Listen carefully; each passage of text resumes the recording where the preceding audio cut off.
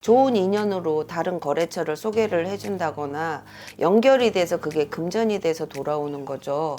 돈이 바로 들어올 수는 없는 거예요.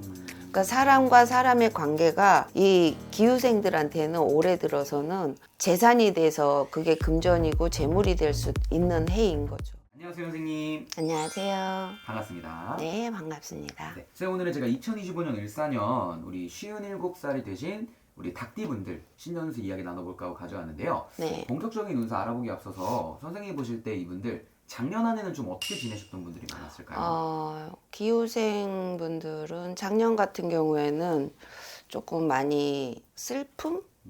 아픔? 뭐 인간으로 인해서 슬픔이라든가 가까운 사람, 사랑하는 사람을 보냈다던가 그런 그 눈물에 많이 보이는 한 해였지 않았나 싶어요. 좀 인간관계에서 좀 상처받으셨던 분들이 배신도 많이 당했을 것이고요. 이 기후생이 대체로 보면 정이 많아요. 정이 많은 대신에 자기가 쌓아놨던 모든 좋은 이미지를 그 말로 인해서 다 까먹는 스타일이에요. 그냥 내가 뭔가 한 가지를 했을 때 남들이 인정해주고 박수 쳐주길 기다리지를 못해요. 자기들이 입으로 먼저 말을 해. 그래서 자기 공을 스스로 깎아내려 버리는 그런 단점이 있어요. 조금만 신중하게 말을 조금만 아껴도 그 덕이 10배, 20배가 돼서 돌아올 건데 그러지를 못하고 꼭 자화자찬이라고 해야 되죠. 자기가 한 가지에 뭔가 어떤 사람에게 선행을 했을 때 조용히 있어주면 그 사람도 분명히 알아요. 바보가 아닌 이상. 그런데 자기 입으로 얘기를 해버려요. 그러므로 인해서 내가 어떤 사람에게든 희생하고 봉사를 하고서도 좋은 얘기를 못 듣고 마음의 상처는 결국은 받는 거예요. 이 사람 마음이 여리고 정도 많고 그러다 보니까 작은 말에도 좀 소심하게 상처받아서 혼자 가슴에 쌓아두는 스타일이에요. 그 사람한테 대놓고 말도 못해요 또. 근데 그게 자주 반복이 되면 한 번은 쏘기는 해요, 강하게. 하지만 그 힘은 이미 너무 많은 말들을 자주 해버렸기 때문에 데미지가 그렇게 세게 닿지는 못하는 거죠. 결국에는 손해보는 건 본인인 거예요.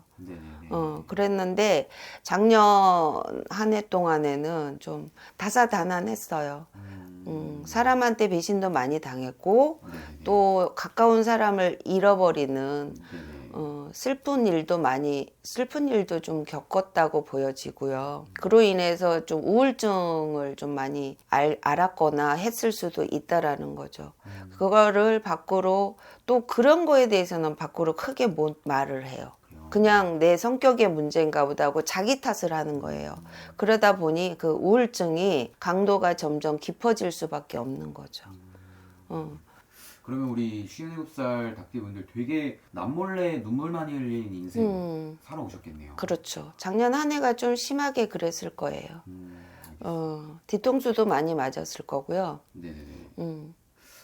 그러면 우리 기후생분들 그럴수록 뭔가 올해를 더 기대를 해주실 것 같은데 그렇죠. 올해 25년도 그럼 운세 좀 어떻게 바뀔 걸로 보이시나요? 올해는 딱 고쳐야 될 거 아까도 말씀드렸지만 말을 조금만 말수를 줄인다면 올해는 금전적으로도 뜻하지 않는 횡재수도 보이고요. 하다못해 뭐 1등까지는 아니지만 로또를 사도 뭐 5만 원짜리 뭐 그 정도면 아주 우리가 횡재했다고 그 순간은 행복하잖아요. 그럴 만큼의 횡재수도 보여요, 올해는. 그래서 그동안 이 사람들이 선한 일은 많이 했단 말이에요. 입으로 본인이 깠지만. 하지만 선하게 많이 베풀었던 것들에 대해서 돌아오는 해다. 그래서 그게 금전이 됐을 때 내가 생각하지 않았던, 내가 만약에 어떤 영이라는 아이한테 10만 원을 빌려주고 잊어버렸어요. 근데 그 빌려간 사람은 그걸 잊지 않고 갖다 갚아주는 해가 된다라든. 그러니까 생각지도 않았던 지인들에게 뭐 그런 금전적인 거에서도 횡재수처럼 돈이 들어온다던가 이런 운도 보이고, 사람의 인연은, 이 사람은 한마디로 말했을 때 기후생들의 특징이 인덕은 별로 없어요. 인덕은 별로 없기 때문에 내가 항상 베푼다라는 마음으로, 비우는 마음으로 가야 된다라는 거. 항상 어떻게 보면 좀 고독하고 외로운 사주인 거죠. 네.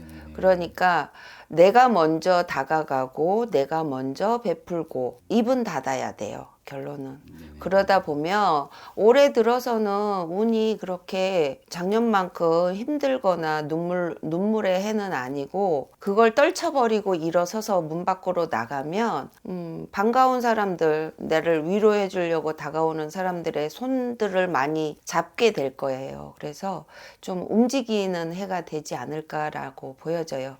작년에는 문 닫고 집안에서 내 슬픔에 젖어서 그냥 그 우울증 깊어가는 우울증 속에서 나를 어둠 속에 가둬놨다면 올해는 좀 밖으로 나가는 일도 많을 것이고 대인관계에서도 나를 받아주는 사람들 그전에는 이렇게 좀 밀어냈었다라면 이번에는 나를 좀 받아주는 사람들로 인해서 위로받고 좀 사람들로 인해서 내가 살아가는구나 라는 행복감도 느끼고 작년의 아픔도 잊어갈 수 있는 해가 되지 않겠나 싶어요. 알겠습니다. 그럼 선생님 보실 때 올해 이제 닭띠분들에게 들어온 여러 가지 운기 중에 좀 이 부분은 되게 좋아질 것 같다 생각하시는 부분이 있다면 어떤 쪽일까요? 첫째로 사람이에요.